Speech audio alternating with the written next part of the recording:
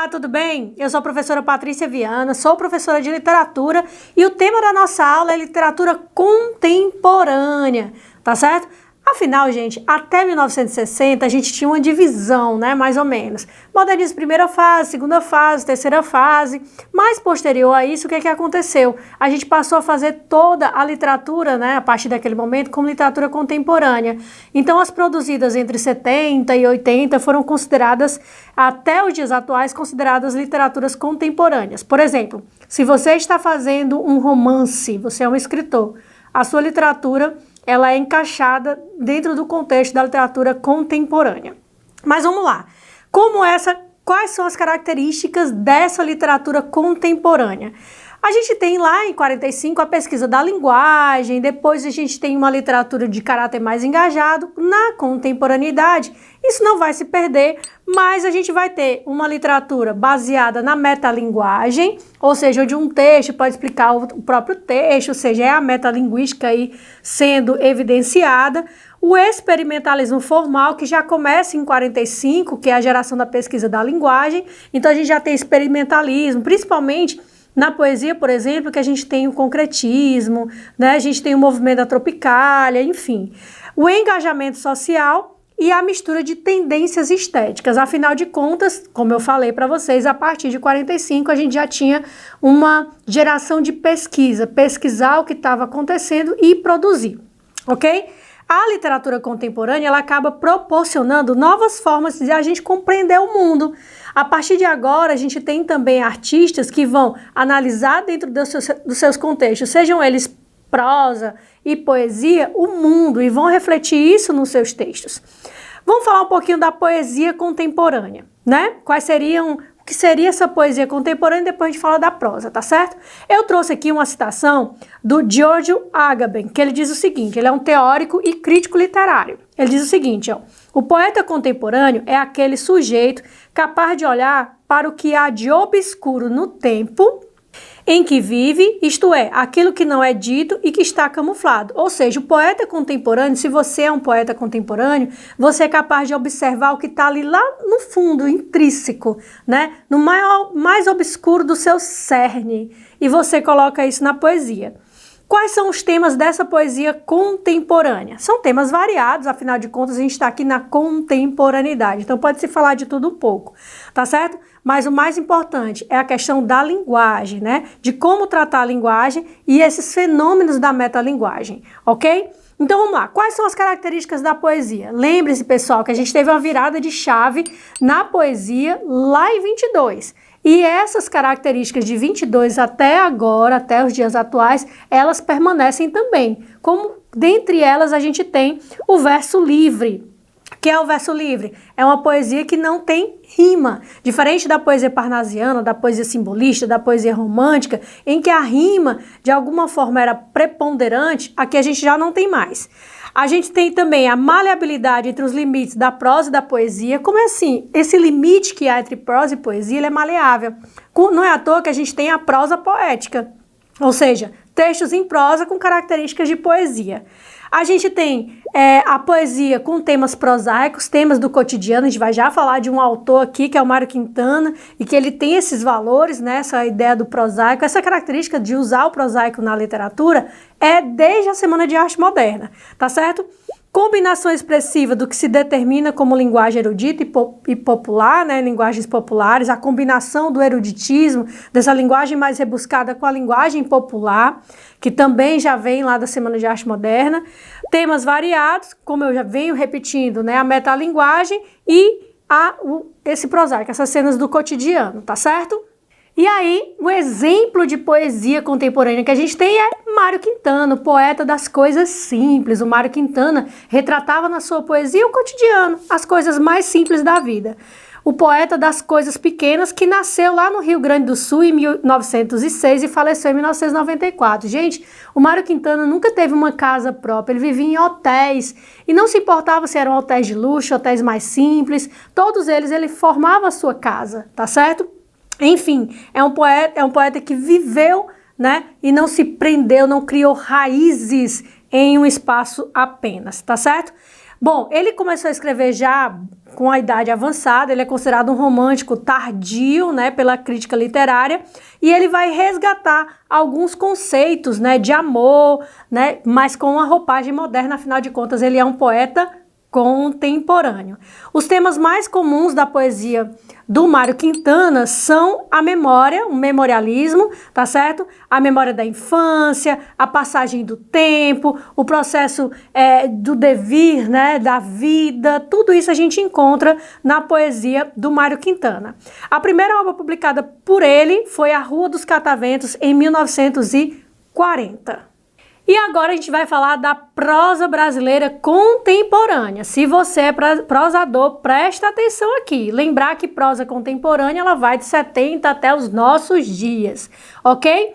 Quando a gente fala da prosa contemporânea, né, da prosa, da literatura em prosa contemporânea, a gente está falando de uma literatura que ainda resgata elementos, sim, do modernismo no passado, lá da geração de 45, com essa experimentação linguística, tá certo?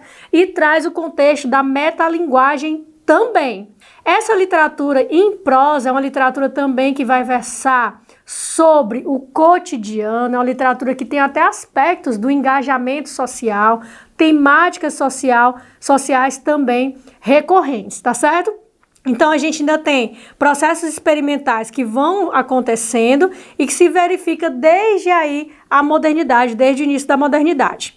O que a gente percebeu na prosa contemporânea?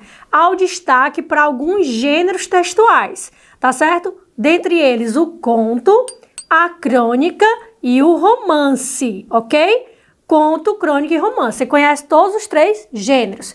Todos os três gêneros são narrativos, mas é claro que cada um vai ter sua especificidade. Vamos começar pelo conto. Dentro do contexto do conto, a gente vai ter aí uma narrativa que pode vir ou não de maneira linear, começo, introdução, desenvolvimento, conclusão, isso não é obrigatório, tá certo? Então a gente tem aí umas experimentações na arte nessa escrita, tá certo? Então, do ponto de vista técnico, a gente pode ter essa narrativa linear, como ela pode também não ser linear, tá certo? O suspense, ele é mantido, afinal de contas, eu preciso manter o leitor preso ao meu texto. Isso é uma característica da crônica e não por ser necessariamente uma crônica contemporânea, tá certo?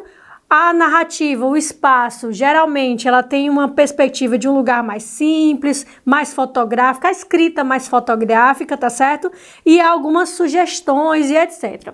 No caso do conto, a gente tem também como algumas temáticas, múltiplas temáticas, né? Mas eu falei para vocês aqui da questão da literatura engajada, a gente também vai ter alguns contos que vão ter perspectivas do cotidiano, narrativas policiais, a violência, etc. Quem é que representa o gênero conto no Brasil? A gente tem, dentre inúmeros nomes, a Lígia Fagundes Telles, a Lígia que é caracterizada pelos contos mais fantásticos, lembra do conto As Formigas? Contos mais fantásticos, né, de densidade, de análise muito grande, a Lígia Fagundes Telles traz essa perspectiva.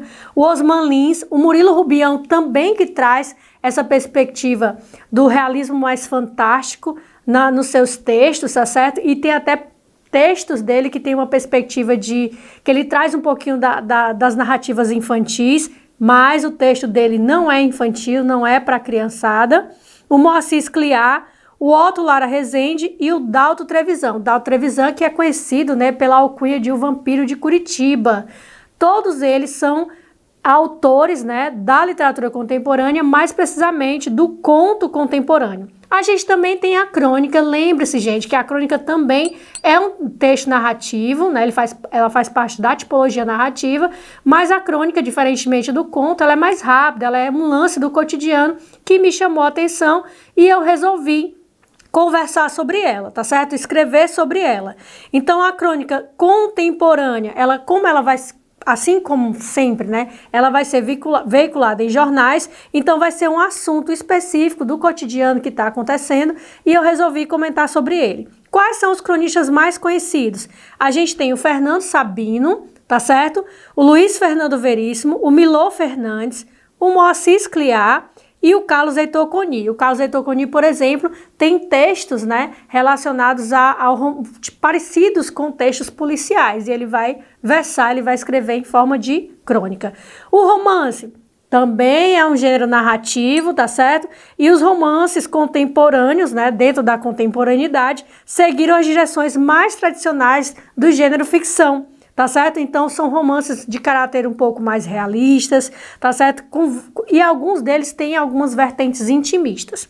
Bom, dentro do contexto do romance, a gente vai ter romance de perspectiva, por exemplo, policial, a violência das cidades. Lembre-se que uma das características da literatura contemporânea é usar o prosaico também, né? Usar o cotidiano. Então, o que acontece nas grandes cidades? Tá certo? Essa violência, a marginalidade, mas também de uma análise cinematográfica. A gente tem aí uma construção textual dentro de uma perspectiva cinematográfica e também a influência de dois grandes autores, como é o caso da Virginia Woolf, tá certo? E do James Joyce. Essa perspectiva vai aparecer nos romances brasileiros, ok?